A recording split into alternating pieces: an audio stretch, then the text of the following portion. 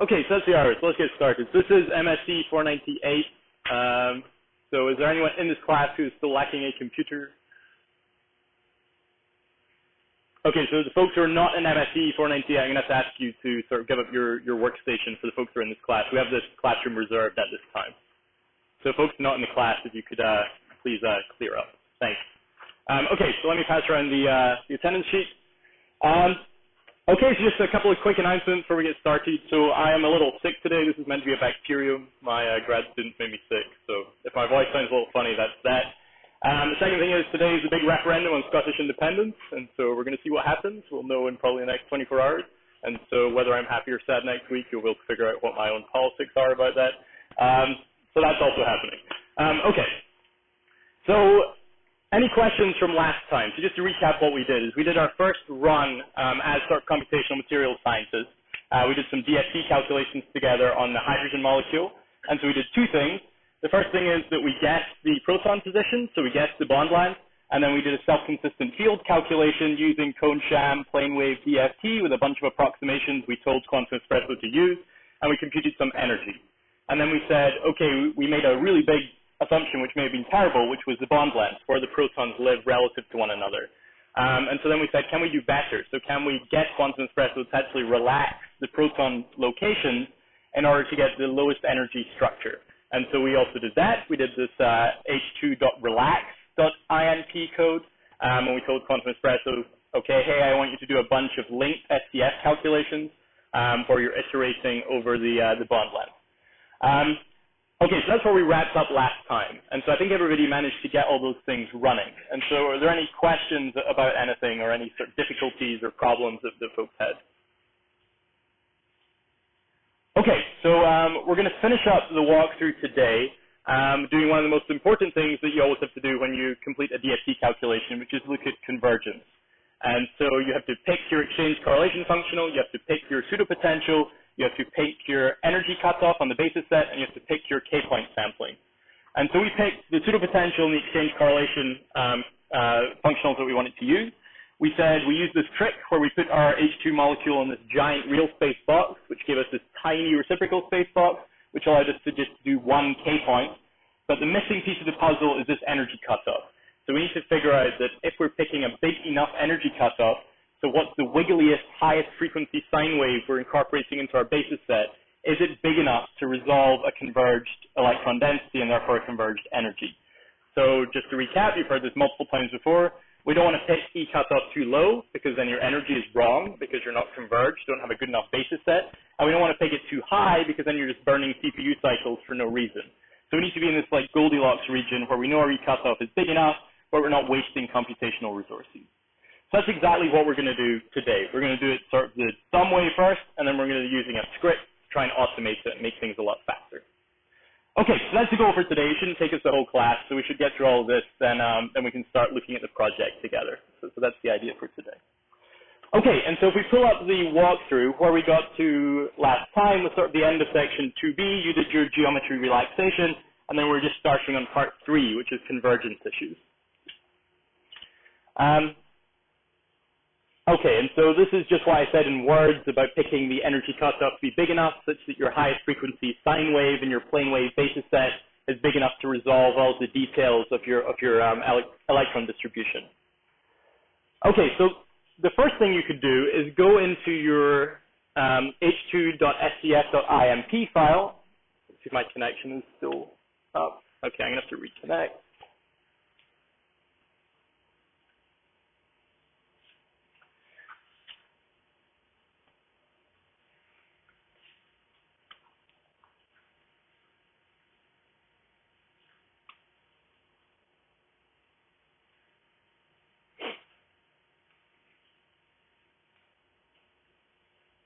Okay, so let me go to my desktop and H2, and let me open up h2.scf.imp. Okay, and so we can scroll down, and you can see in your system block that we've specified an energy cutoff of 20 Rydbergs. And so we don't really have a good feeling yet for whether 20 Rydbergs is big or small. Is it good enough? Is it not good enough? But we'll hopefully generate that sort of intuition by the end of this class. And so perhaps the dumbest thing we can do is just change this value manually and then rerun our calculation and see how the energy changed. So let's first of all just run the same h2.sdf.imp file you had from last time. So you should remember that we modified a couple of things, and so your out directory should be /temp/your username, and your sudo directory should be this big long crazy string here. And so if it ran last time, it's going to run this time, and so let's do that. So we modified our path, so we can just type pw.x h2.sdf.imp and then output to h2.sdf.out. So quick calculation, and then we said we can use our smart grep to try and figure out very quickly what the final energy was. So we're going to grep for that exclamation point line. And this is what we get for our final energy, with a cutoff of 20 Rydbergs. So now let's go back. Well, first of all, did everybody get that to run? Nobody had any problems. So stick your hand up at any time if you can't get your program to run, because we're trying to work through this together, so it's important you actually execute these commands. Yeah, question?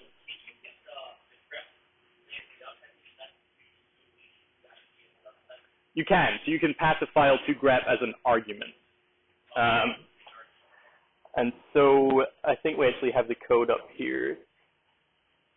Yep, and so you can actually pass grep two things. If you want to find out all of the ways you can use grep, you can type man grep, obviously, and that will give you the help.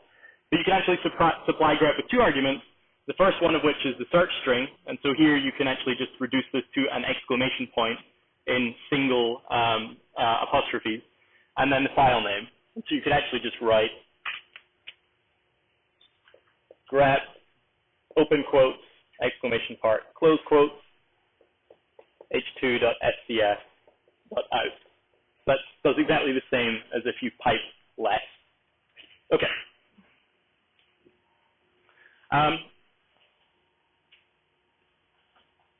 Okay, great. And so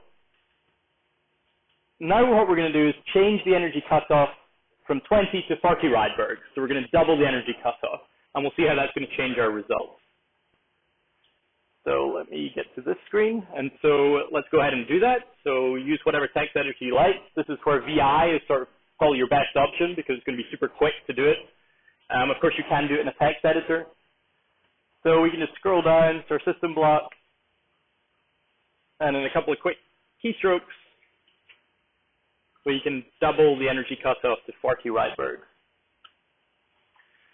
Okay, so before you run the code, let me ask you a question. So what is your guess for what's going to happen to the energy? So if we made our basis set bigger, do you think the self-consistent field energy we're computing for our hydrogen molecule is going to increase or decrease? Decrease. So why do you say decrease?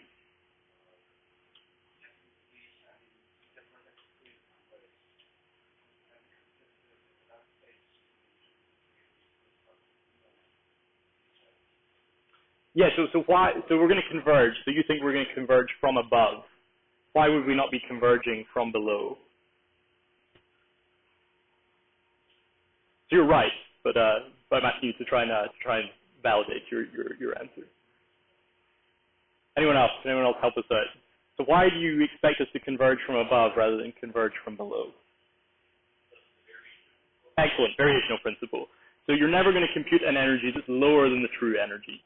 So there may be some fluctuations, but typically you're going to converge from above. So it may be slightly bouncy, some sort of fluctuations in the convergence, but you would not expect to be converging from below because the variational principle tells you you can never do better than the true ground state energy. Your approximation is always going to be a higher energy.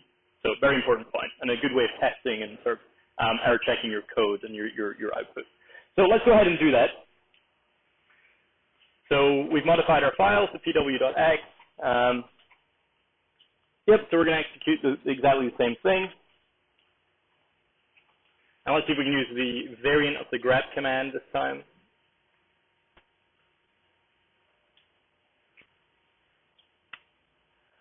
Okay, so that grep command also worked. And so we can see that the energy has decreased by a reasonable amount, so 0.005 Rydberg, and so you can convert that into your favorite units, so millijoules or electron volts or whatever you like. But the energy has decreased. And so now the question is, how do we know if we've converged? So ultimately, we would like to generate a convergence plot, and so that's the way of displaying your convergence. And so on the x-axis, so I don't want to erase my saltire, so let me write it over here, is going to be E cut, and then on the y-axis is going to be the self-consistent field energy.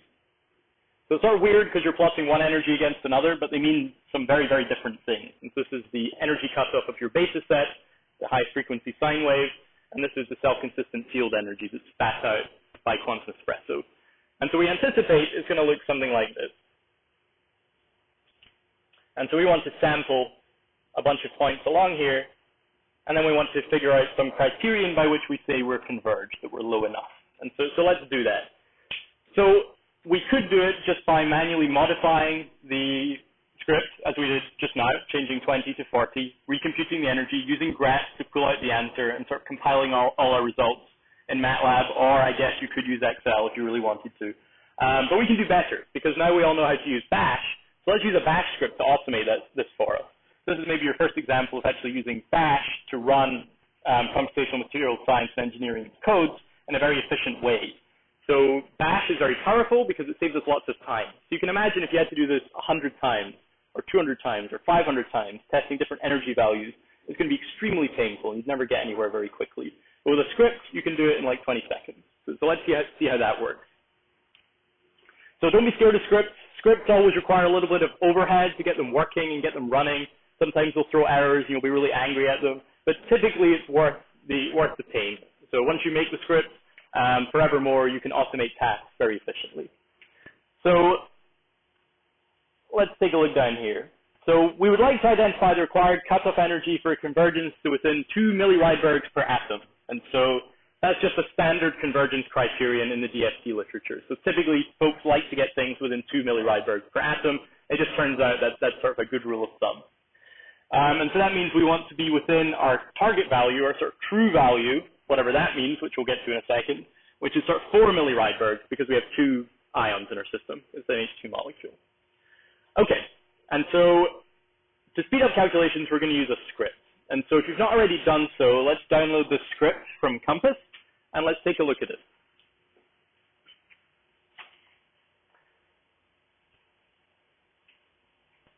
Okay, so you can fill that up just using less or whatever you like.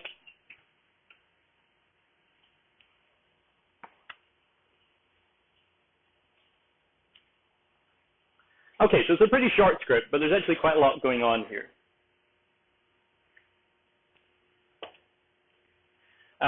Okay, so as always, we start with our shebang line, so it's not going to work unless you have that. And then we have a couple of parameters, and this makes our script nice and portable because we can easily change the file names, etc. And so we don't have to actually go in and mess around with the body of the script. We can just change the parameters up top. So nice sort of programming paradigm. So the input file, this is going to be your input file we want to modify because we're going to want to change the energy cutoff within this input file. And then we also want to run at some point plane wave SDF calculation, so we need to tell bash where that lives. And so we've just given it the whole crazy path that we put in our bash RC file, and so we need to tell the bash script where it's actually going to find this executable. Okay, so that's pretty easy.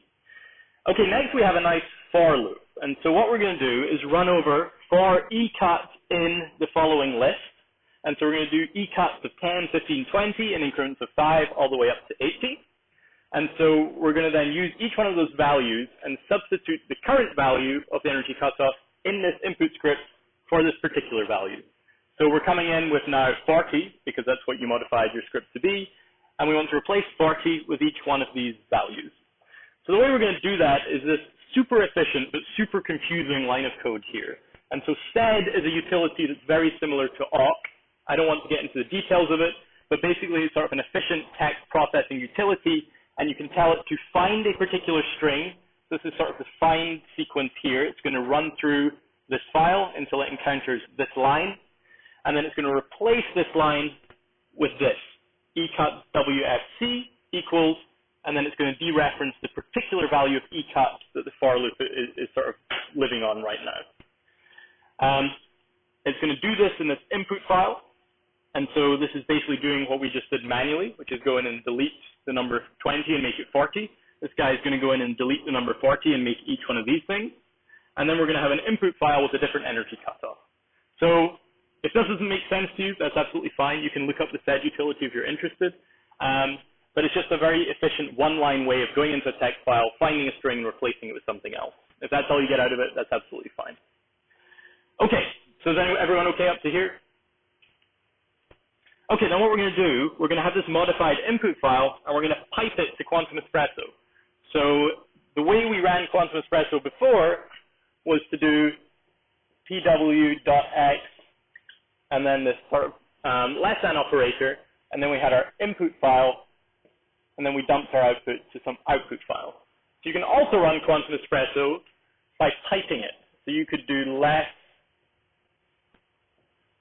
imp, and pipe it to pw.x, and then tell it to write its output to an output. So just an extra sort of flexibility that you have.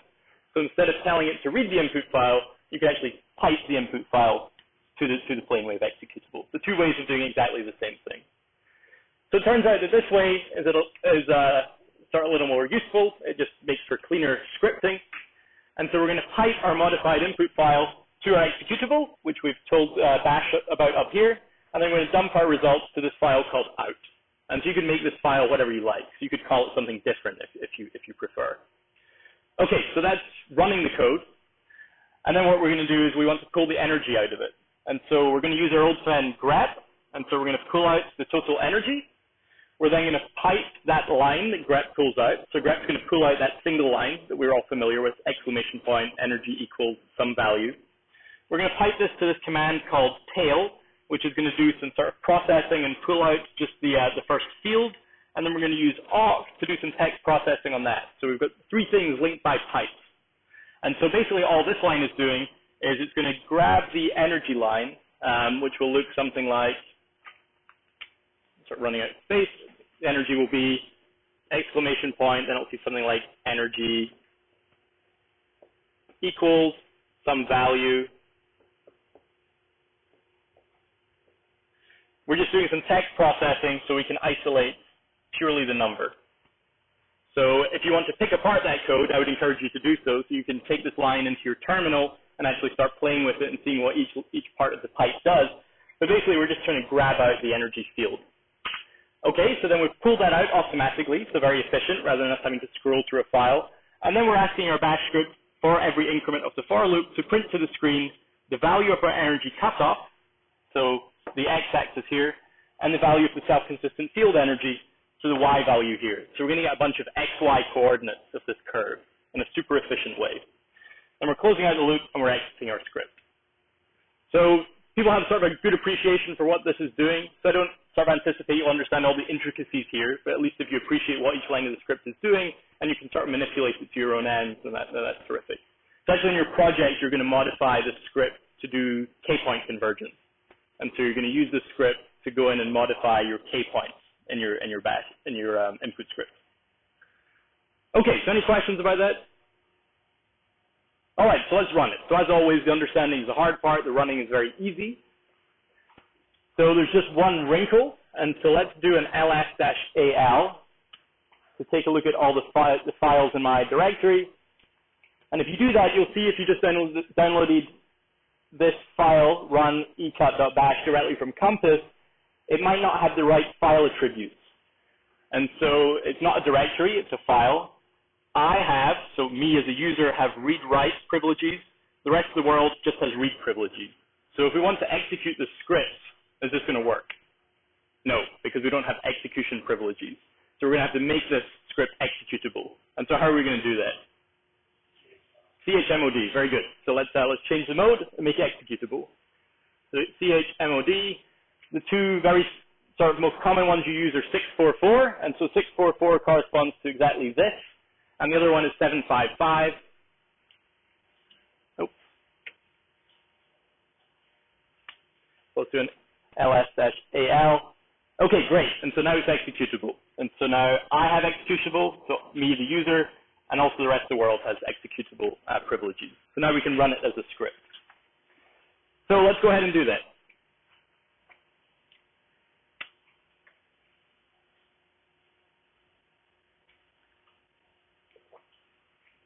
So you should see as it's running slower and slower the higher the energy cutoff. So does that make sense? Or would you expect it to take the same execution time for every increment of the for loop? Do you think it makes sense? that was very committed. So why do you think it makes sense?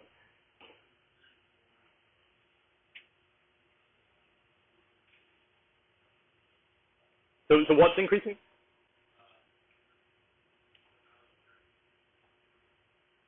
Yeah, so the value of E cut is increasing. So what does that mean for sort of our code?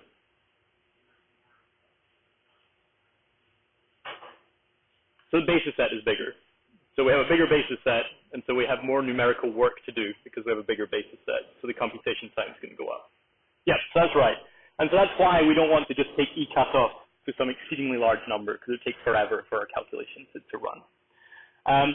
Okay, so is everyone able to run this? Anyone have any problems? Okay, so imagine how long this would have taken and how likely we would be to make an error if we had to do this manually. So it would take orders of magnitude longer to do this, and we would probably screw something up along the way. And so scripts are just the right way of doing these repetitive convergence calculations. Okay, so the final thing we have to do is plot this. And so we would like to make a plot like this, and then from this plot, we're going to be able to very quickly see when we've reached our target energy convergence, which is sort of 4 millirydbergs for the system. And so let's make this plot. Okay, and so there are a couple of ways of doing this. And so because we're all MATLAB experts now, probably your method of choice is going to be MATLAB. And so let's try that first. So if you open up a MATLAB terminal on your machine,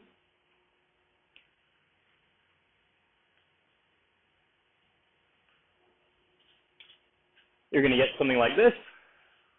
And so then we need to dump in our data. And so we could use text read that we've used before to read data if we were able to use our terminal to dump our output to a file instead of the terminal. And so that would involve going into our bash script, and instead of echoing to the screen, right after this call here, we would have a greater than operator and dump it to a file, and then we could use MATLAB to read that file. So that'd be one way of doing it. Actually, the quicker way of doing it for something as simple as this is to just copy and paste. So let's set up an array in MATLAB. So I'm going to call it capital X equals open bracket. Then I'm going to go to my terminal output, and I'm just going to copy and paste all of this data. And then I'm going to close the array, semicolon so I don't see the output, and hit enter. So that's a sort of very quick and dirty way of getting small amounts of information into your terminal. So obviously that isn't scalable if you have very large files, as you saw when you were doing your MATLAB work. But for small stuff, that's a nice way of doing it. So has everybody managed to do that?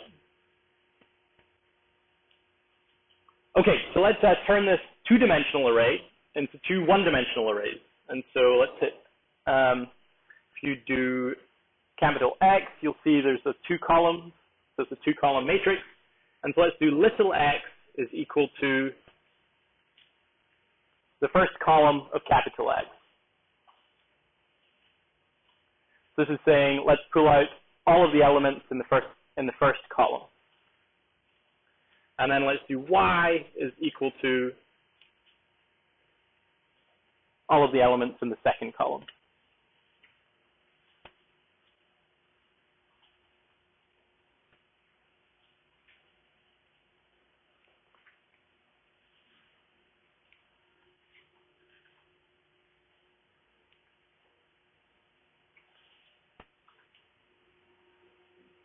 Okay, anyone having trouble with that? So stick your hand up if you can't get that to go.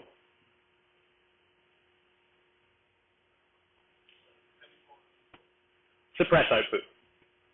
So if you want to see the output, that's fine. I just wanted to suppress it so you could still see the code, or else this would run off the screen. Okay, so we now have our x vector and our y vector, and so now we're going to try and plot these guys. And so you could just plot them directly, and so you know how to do that. So we could do plot x, y, and you'll see a nice figure like this. And so it has the sort of the shape that we expect, and so that we're converging from above like we anticipated, and we seem to be sort of asymptoting towards some converged value at the end there. So this is fine. This provides us some sort of visual interpretation of how energy cutoff is changing the self-consistent field energy. But what we'd actually like to do is figure out how close we are in a quantitative sense to our objective of getting within 4 millirieberg. And so in order to do that sort of numerically, we're going to need to fit some function to this. Because if we fit a function, then we can take the argument to infinity and figure out, what is the converged final value? So what is this asymptoting towards? And so let's do that. And so one nice way of doing it, which is super simple, this is why MATLAB costs so much money, is because they make this really easy, is if you type cftool into your terminal and hit return, you're going to get a curve fitting toolbox. So there's a finite number of licenses, I believe, for this. So depending on how quickly you can type cftool before your neighbor, you may or may not get a license. So let's just see what happens.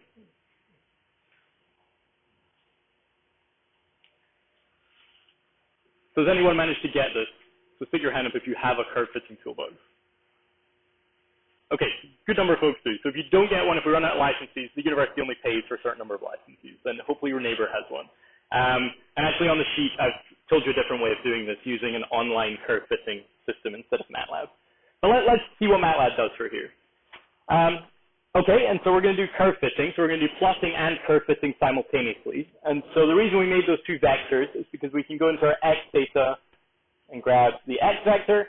We go into our y data and grab the y vector. So make sure you've got little x, not big X, because we want the vector, not the matrix.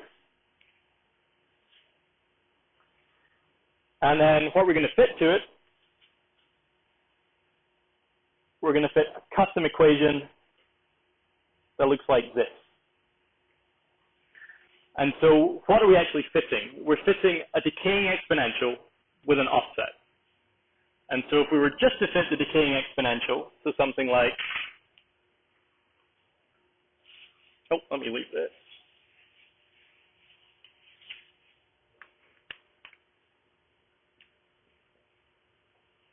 So we want something like E SCF is equal to A e to the negative B E cut.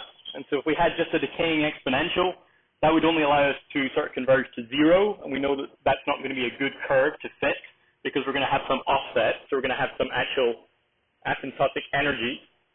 And so we need to add the offset, which is plus C.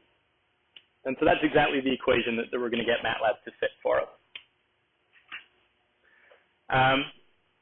So if MATLAB sort of makes a mess of it and this blue curve does not seem to pass through your point, as sometimes happens, it turns out that if you click on fit options,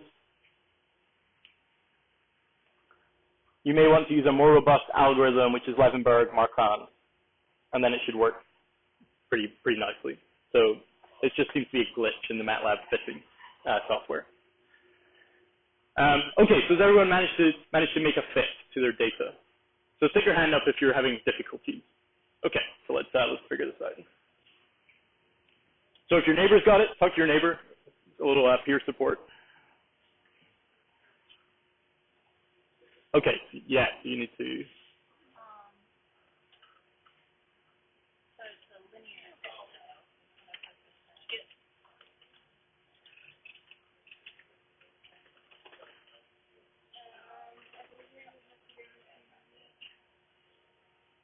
No, I didn't like that. Huh?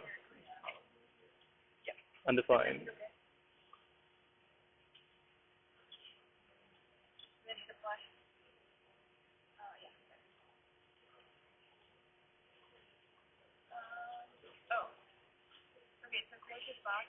Yeah, okay, so you are using a different version of MATLAB. I think it might be in general equations. To see if it's happy with that. Yeah, okay, so it was, you're just in a restricted search space. Okay, so try that one. Yeah, so when you're editing your equation, it turns out you need to go to the general equations tab rather than the linear equations tab.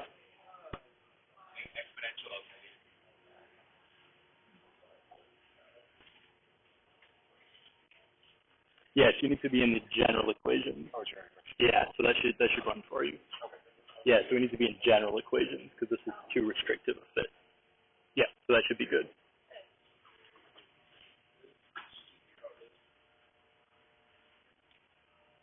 How are you getting on? I think so. Yes, you're trying to fit a custom equation, that's right. Yeah.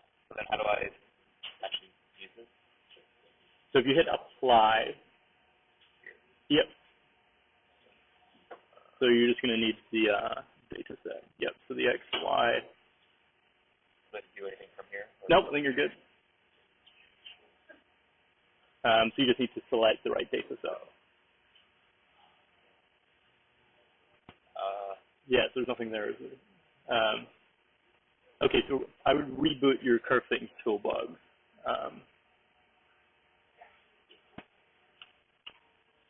Unless it's a data.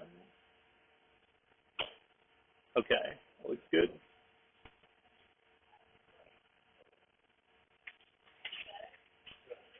So let's do our data set.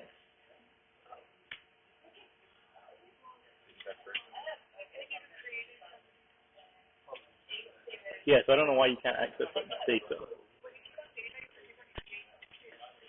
you have to do Oh, there you go. Okay, my mistake. Okay, so that should do it. All right, great. Looks like you got a nice fit. Very good. So anyone else having problems still? Yep. using the power fit for exponent expression. Is there any difference? So we just prefer the exponential because then the C parameter is very clearly interpretable as the asymptotic value. So it's just a nice fit for what we want to do. But yeah, you're right. There's no reason why we're restricted to that particular one. Is this one we want to use? So you don't want the D term. You just want up to sort of there. Can you? If you go to type of fit, so in your exponential, you go to custom equation. Okay. Then you can make whatever you like. Okay. So then if you hit new, there's another little wrinkle here. You need to be in general equation. Yeah, and that's the one. That's exactly it. Cool. Great. Terrific. Yeah.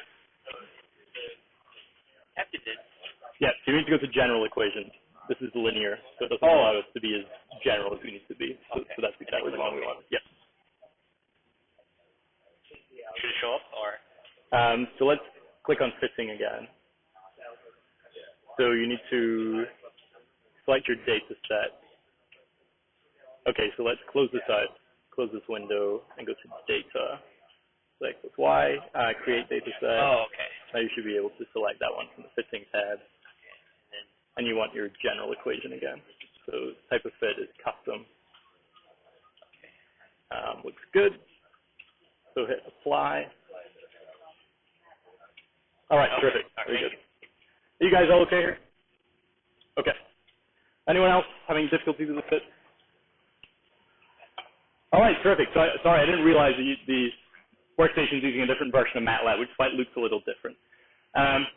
Okay, so the really nice thing here is that this C parameter for this particular fit is interpretable as what? So what happens when we take E cut to infinity? What's going to happen to this first term? 0. And so C is going to be, it's going to be our guess for the asymptotic cutoff, exactly, the asymptotic SDF energy. And so this fit is really nice because we can interpret this guy as our estimate for sort of E SDF true. So I'm going to put a little hack on that to show that it's an estimate because we are getting it from fitting sort of empirical data. And so now we can do something very easy, which is to say, when do we first get within 4 millirydbergs of this value? So when does this curve first get to within 4 millirydbergs? Because as soon as we hit that, then we're within the tolerance that we want to get to. And so that then tells you exactly the E cut that you want to use. Does that make sense to everybody? So if we go any lower than this, we're going to be more than 4 millirydbergs off from our sort of guessed asymptotic value. If we go any higher than this, our convergence is going to get better, but it's unnecessary. We're just burning compute cycles. because we believe that we're converged enough. We're within the 4 millirieberg tolerance that we stated in the brief. So any questions about that? Yeah. 4 millirieberg? Yeah, so it's a rule of thumb in DFT that you want to be within 2 millirieberg per atom. That's just a standard rule of thumb. For some applications, you may need to do better. For other applications, you can probably do worse and still be fine. It's just a nice sort of estimate if you don't have any other information. So 2 millirieberg per atom, we got 2 atoms, it's going to be 4. Good questions. Okay, everybody okay with that? Okay, terrific. So you've done your first convergence calculation, which is great. It's a very important part of DFT. Okay, and so this is exactly what I said. So you take your fit, your C is sort of your E true, your limit as E cutoff goes to infinity, and you need to find out when E cut gets you within 4 millirieberg. If MATLAB is being a pain, or if you're at home and you can't get an internet connection, a VPN connection to the university, there's actually this really nice, powerful fitting engine online at this link, and you can just copy your data from your terminal, dump it into their online server, and then they'll do any sort of crazy fit that you want. And so this one is sort of the exponential with offset, which is exactly this fit. And it'll produce a PDF document you can download and sort of grab the pictures out of it and all sorts of stuff. So really nice, sort of powerful fitting engine that's freely available online. Okay, and so the final thing we're going to do today in this walkthrough is we're going to use this because now we know what our E cutoff should be. And so first of all, I want you to compute what that should be. So just some very simple math, just start figuring out when this is going to get you within 4 milliriebergs using this equation. So once you've estimated a nice value for E cut, I want you to then go back and modify your h2.sdf.imp and then do a final converged calculation for your SDF energy. So excuse me, I want you to modify h2relax.imp because we want to relax the bond length down to its equilibrium value using the converged value of E cut. So just two things to do. Interrogate this equation to find out your value of E cut, and then stick it into h2relax.imp, run the code, and you're done. So let's do that. I'll come around and give you some help if folks are having difficulties.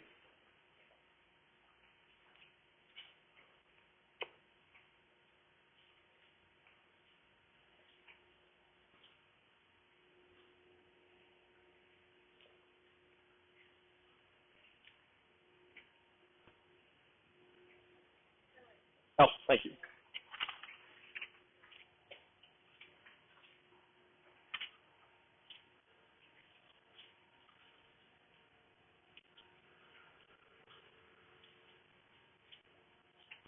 that making sense? Yeah. You're a little confused? Yeah. Change the style of relax. Run the thing. So we don't actually need to do any more convergence because you've done your convergence. Okay. So you now know the right value of E cut. Okay. So you can just go directly into the file and just do a one-time run. Then you're finished. So the whole purpose of this was to scan through different values of E cut and figure out the SDF energy. I missed myself. Relax. Yeah, so now you know the right value of E cut. Okay. You just need to do a single calculation. And so you can just quit out of the script, and all you need to do is modify h2.relax.imp. The whole purpose was, so once you pull it up, was to figure out what this value should be, because we're not confident that 20 is the right value. And so the whole purpose of doing this whole, calculation is to figure out a good value of E cut to stick in there. The numbers over here, or just You can determine it precisely using your curve fit. And so because you know I have an equation that looks like ESDF is equal to A E cut plus C. We've identified this as sort of E true, because that's the asymptotic value. And so you can just do some very elementary math and do ESDF minus E true is equal to AE connected to B E cut. Look good so far? Mm-hmm. And so we just want this to be 4 millirieberg. Okay. because this says, okay, at this point you're within 4 millirieberg, and so you just solve the equation for each cut. Then once you have that, you now have confidence of the correct value of each cut to stick in there. That makes sense? Do the math by hand. You can do it by hand, you can do it with MATLAB, whatever you like. Okay. Does that make sense? Yeah. So once you have this value, you just flip back in here. Precisely, that's right. Okay. And then you just run relax all over again. Exactly. So we just do a one-time run of relax. It should be good. So, we sort of have to go through a lot of pain just to figure out one number. So we need to figure out minus B, right? So you'll need all of them. So you'll need A, B, and C. This. Right. You cut. Because we've 50 this equation. That's right. And then what we're saying, we identify this as E true. That's right. So let's pull that over to the left-hand side. And so we want this to be within 4 millirieberg. So we need to solve this equation for E cut. Okay. Sound good? Yeah. Instead of taking notes. All right. Yeah.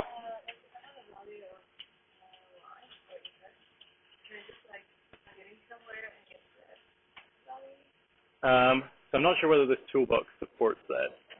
Certainly you could write a little MATLAB function with your sort of values of A, B, and C, and then you can supply sort of the X value to the function and it would return the Y value. That might be the simplest thing to do. That's right. Yeah, that's right. But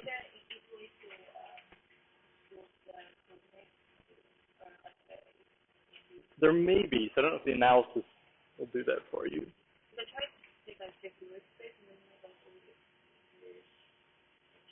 Oh yeah, so if you go to, it should be in there somewhere. Yeah, so double click on output again.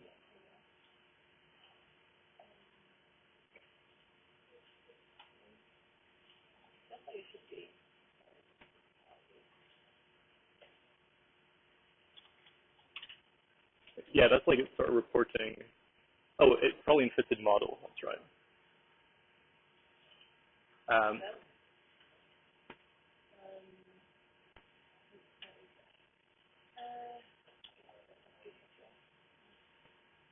It's sort of giving you everything except the one thing you need. So it should be in fitted model, I believe.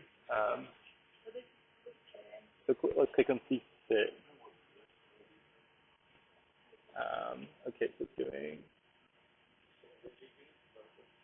I think what's happened is okay, so fitted model is like an object that CF tool is going to recognize, and so it's all like encoded in some weird way. So easiest thing might be to do is just go to fitting, just copy and paste it. Yeah. So in the newer version of MATLAB that I'm running, there is a command you can like export to the workspace. I don't know why this is being such a pain. There definitely should be a way. Yeah. Okay. All right. Okay. You can have that precisely if you'd like, or you can have 21, or whatever you care to do. As long as you start bigger than that, you have faith that you're converged. Yeah, very good. How's it looking?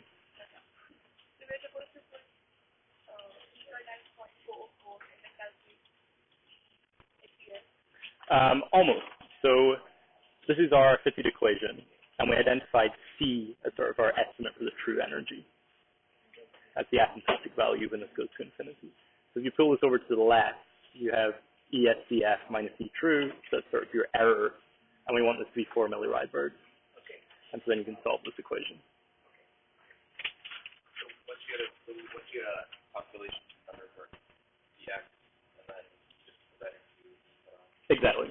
So we sort of go through all this, a lot of pain just to figure out one number, but now we have faith that this number is good enough to give us a converged SCF solution. Can it only be integers, or? I don't think it has to be integers. I think you can pick whatever you like.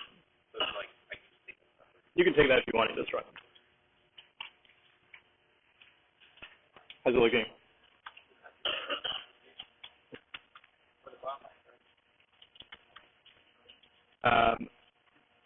Oh, sure. Okay, sure.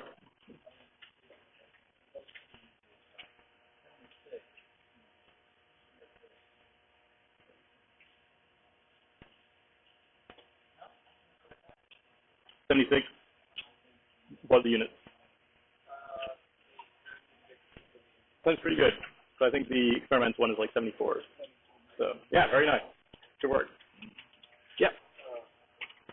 What is the method of the cutoff from here? Is there a speed limit? Okay, so this is the equation that we're fitting, and we identified C as sort of our estimate for the true energy. Because when we take E cut to infinity, this term goes to 0, and you just get left with C. And so we can rearrange this equation and sort of pull E true over to the other side. And now we can identify this as our error. So this is our estimate for the energy. This is what we think the true value is. And so their difference is going to be the error. Does that make sense?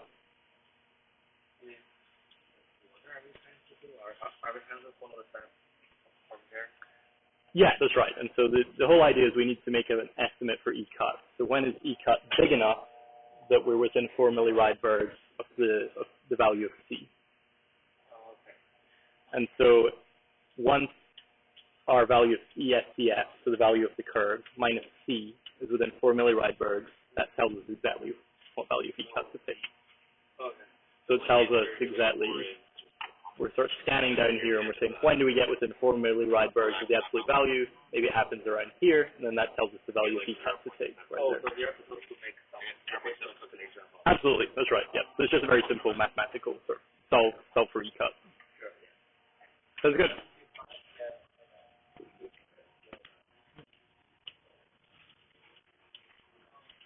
All right. I got a question. Sure. How many do you normally put in?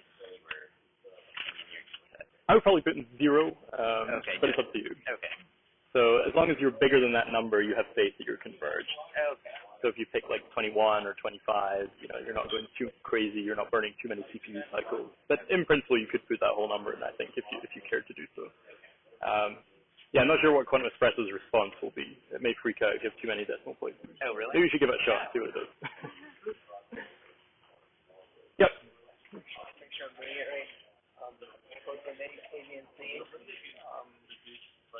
And set this to 4 less than the solve for E cut? Yeah, that's right. And so you can just rearrange like this. And so you need ESCF minus C to be within 4 millirad-bergs, so that you can invert your equation and solve for E cut. Exactly. Looks good. Everything good? I tried to do some funky math. Okay. What, is there a function? Should we just do it by hand? I would probably just do it by hand or just plug the numbers into MATLAB at the very last minute. But so this is what you're solving for, right? Yeah. Yes, it's just probably you have an A or a B in the wrong place. You're taking logarithms at work. Yeah. All right. Number, I don't know. Yeah, negative sounds pretty bad, right? All right, so let's figure out what's happening. So you can actually solve this equation analytically pretty simply. So you can absolutely use F0 to do a root finder. Maybe the easiest way to do it might be something like this. So this is the equation you fitted. And we identify C as the true energy, the asymptotic energy, because when E cut goes to infinity, this goes to 0. So you can rearrange your equation to solve for to pull E true over the other side, and this is the error now. So we want this error to be less than 4 millirad-bergs, and you can just solve for E cut. So in principle, I think you could do this, but really it's just solving for one unknown. So there's a painless way to do it. All right. How are you folks doing? All looks good? Oh, good. You're looking up on SAT. Yeah. So it's like super obscure. Like all the terminology and the vocabulary is really painful, but once you know it, it's like very, very powerful. Right. How's it looking? Did you get? All right. Looks good. I just got this. But I'm about to run it. Okay. Sounds good.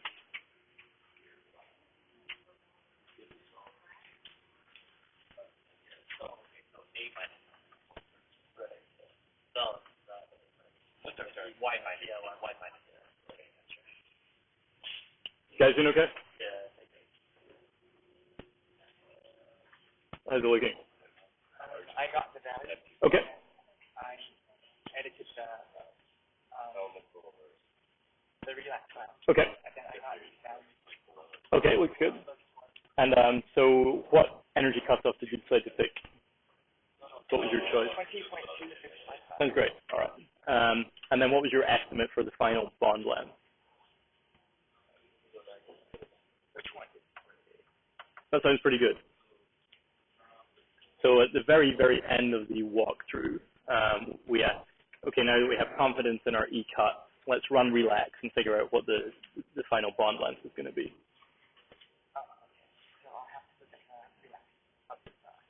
Right, so it's going to be in there, and I think the walkthrough will tell you how to pull that out. So when we ran relax before, we got an estimate for the bond length, but we didn't know if we were converged with respect to E-cut. Now we're convinced we are converged with E-cut, we're going to do a better job of estimating. How are you focusing on? All right, very nice.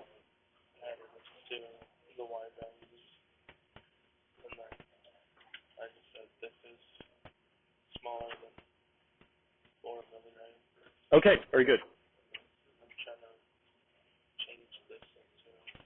And so at this, what does this correspond to an E-cut?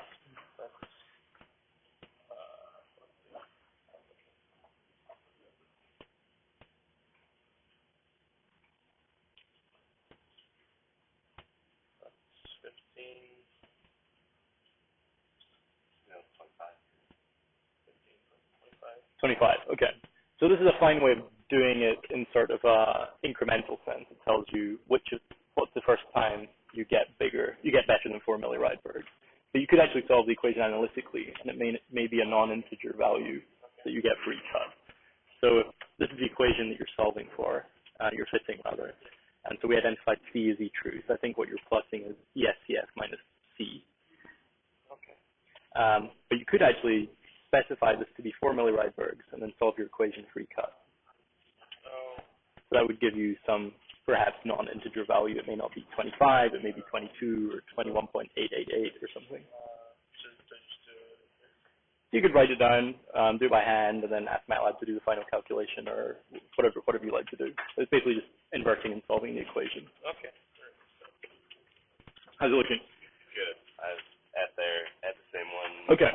But yeah, so can't you just put in a matrix of a lot of values, just plug it back into the equation and find what should fit? You sure could. That would be one way to do it. Yeah. But it might be actually easier to do it this way, Okay. just to analytically solve the equation. Because doing it your way, you're always restricted to the precision you take in your matrix, whereas this is going to give you to arbitrary precision. So maybe you don't care, and that's a fine way of doing it. But maybe for a really big calculation, you really want it to be as small as possible because you don't have enough CPU to do the job. Okay, sounds good.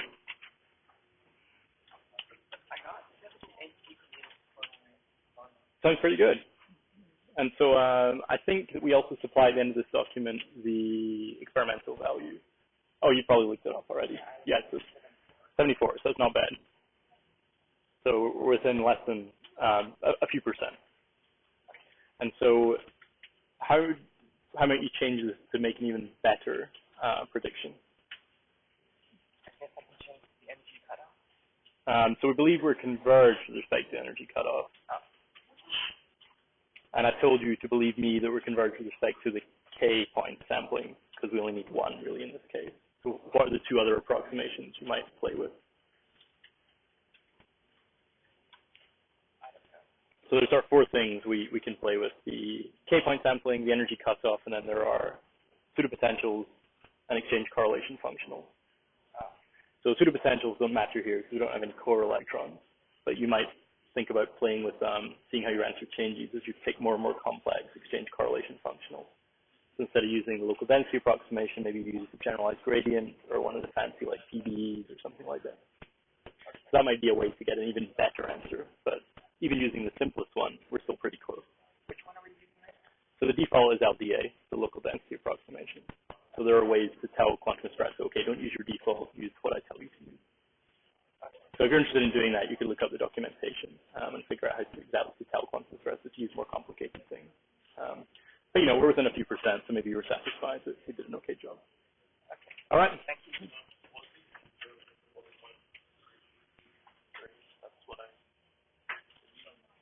According to these values that I got. Sorry, what was the? 20.33. That sounds about right. Yeah. That sounds like a pretty reasonable energy cutoff. Yeah. So now you can complete the final part, which is to use that energy cutoff in your relax code. Exactly. And then once you run it, you can make a final prediction for your bond length.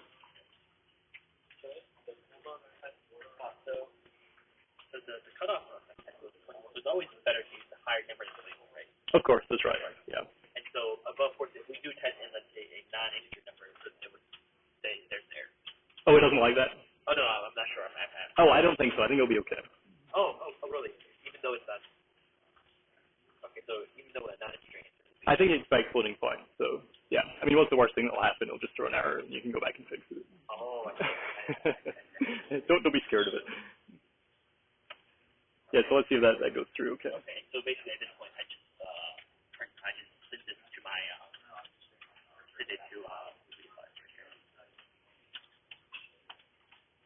something. Oh no, We need to run it first, right? Run it first, yeah. Step here we have relax. Exactly. So. And then we have relax.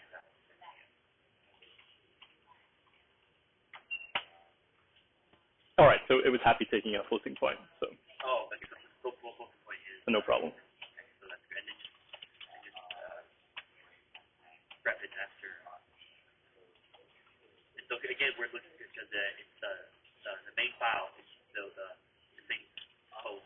Exactly. It's still the explanation. Yep, looks good. Okay, looks very nice. Okay, all right. So then the final thing that the walkthrough is asking you to do is try and make an estimate for your bond length.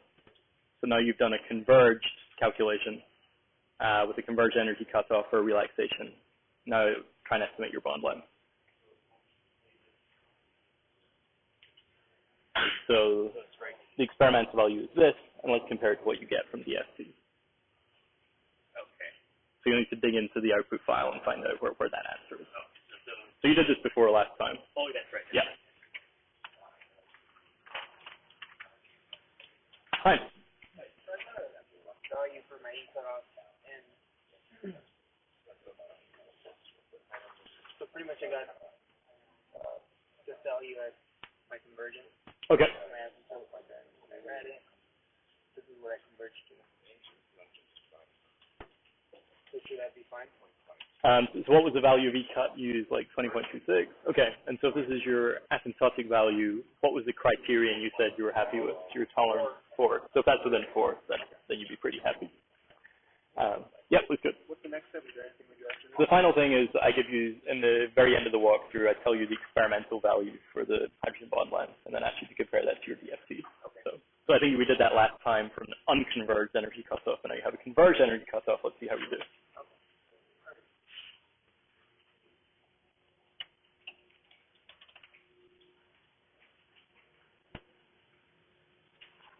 You folks okay? Just curious, if you put H to that graph function output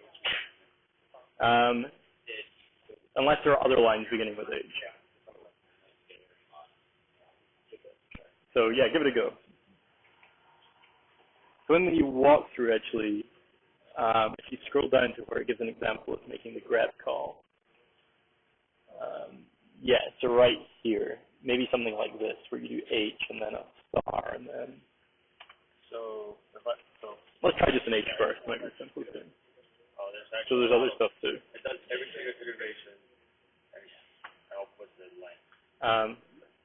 So I have one trick you could try. So just press the up arrow to get your last output. And let's try, so in front of that H, type shift 6. So that caret character. Yeah, try that. So that character just means only fill out things that begin, the line begins with the letter H.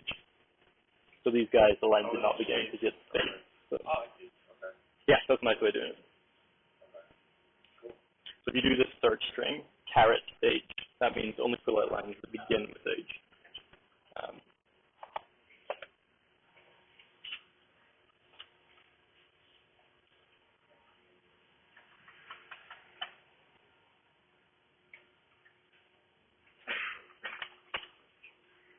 Okay, great. So very nice work. So it seems like everybody was able to find a nice value of the energy cutoff. It was somewhere around between 20 and 21 you should have found. So when you plug that value in and you run your relax calculation, you will then be able to make a DFT estimate for the end of your run the equilibrium bond length. And so that's going to the very final SDF iteration, and you will see the final relaxed positions of the ions with net zero force acting upon them, and you can convert Bohr into picometers and see how well you did with respect to experiment. And so most folks were getting sort of something in the range 76, 78 picometers, and that's pretty good. We're within a few percent of the experimental value using a sort of approach that has no adjustable parameters. And so just using pure mathematics with some approximations on top and our understanding of how the world works, we're able to make an ab initio prediction for the hydrogen bond length. So very cool stuff. So is everybody okay with that? Anybody have any final sort of residual questions or problems or difficulties? So let me ask you one more thing. So we're not quite on 74 picometers. And so how might we make an even better estimate? And so we have sort of four approximations we make. We can change our energy cutoff. We believe we're converged, and so that's not sort of an option of changing that anymore. We can change our K-point sampling. I've told you we're in a tiny, tiny reciprocal cell, and so K-points are not important in this case. One does the job. And so there are two other things that we can play with. And so what are they? What are the two other approximations that we make in our quantum espresso input code? Pseudopotential. So pseudopotential is one of them. So that was excluding all of the core electrons and just worrying about the valence electrons. And so in this particular case, we don't have any core electrons. And so pseudopotentials are not going to do the trick. So what's the final approximation that we control, that we could play with?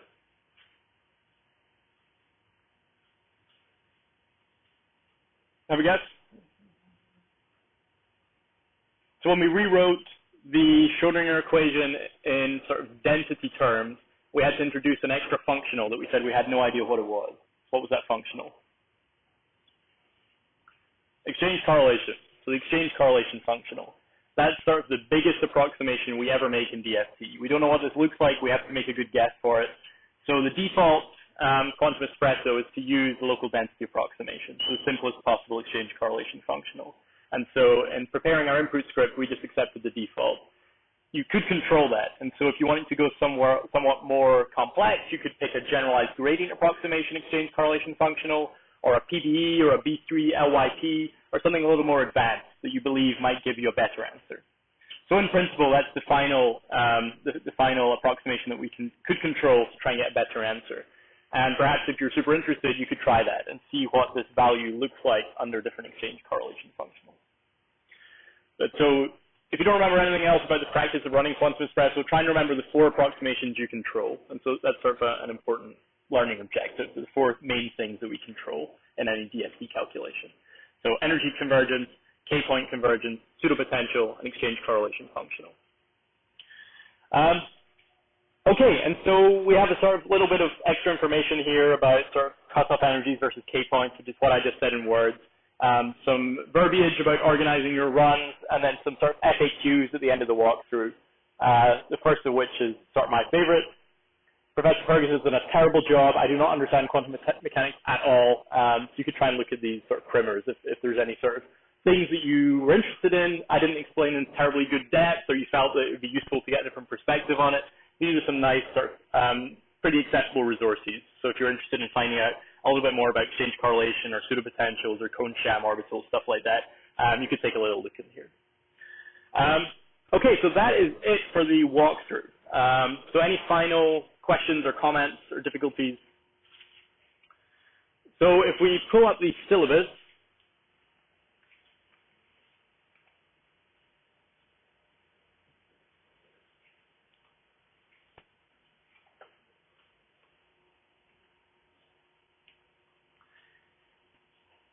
this is where we are today. So Scottish independence vote, September 18th. And so the sort of prescription for the next week is basically we're running this like a lab. So in the same way as you do your junior level labs in material science, you go in the lab, people make you pour things from beakers to measuring cylinders, you break stuff and it's horrible. It's the same idea here. So we're using computers in a sort of lab setting. And so we give you a brief, a project, and then it's your job to actually execute the project. And so to design how you're going to solve the problem and actually solve the problem using quantum espresso and prepare a little lab report. And so it's sort of very hands-on. It's sort of based on the walkthrough, but it's going to push you a little further. And the idea is that we provide class time for you to do that so I can provide support in the same way that Professor Gabrielson will provide you support in the biomaterials lab. And so it's sort of hands-on work individually, but sort of with peer support, so it's okay to collaborate with folks as long as the work at the end of the day is your own. So if you have a problem with what's your own work, not your own work, if you look at the beginning of the syllabus, there's all that stuff on plagiarism. Basically, as long as you write your own report, that's fine. It's great if you collaborate with someone actually doing the runs, because that allows you to both learn even better. And so I'll be here Tuesday, Thursday next week in class. There's not going to be any formal lectures. We're just going to be working on the project together. And I've already posted that on Compass. And so if we pull up Compass,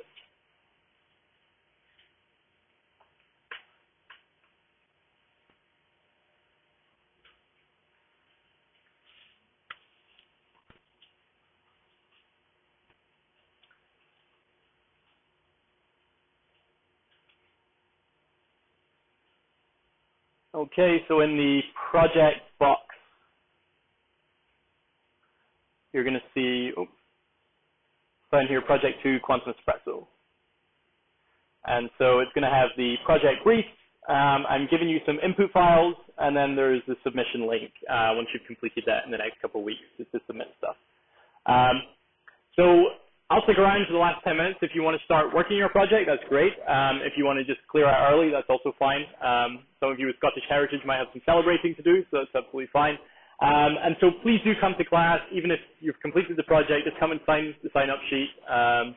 Stick around for a little while. There might be some useful information.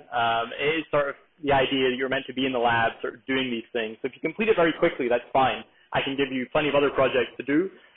Or you can do your own project. You can calculate your own electronic structures for materials you care about. It's really the idea of this class is getting hands-on practice. So please do show up, even if you find it very easy and complete it very quickly because you do quantum espresso for a living. And you can also help your neighbors, stuff like that. So it's a good thing to do. Great, so that's it for today. Like I say, I'll stick around, but feel free to disperse or start working on the project. All right, thanks, folks.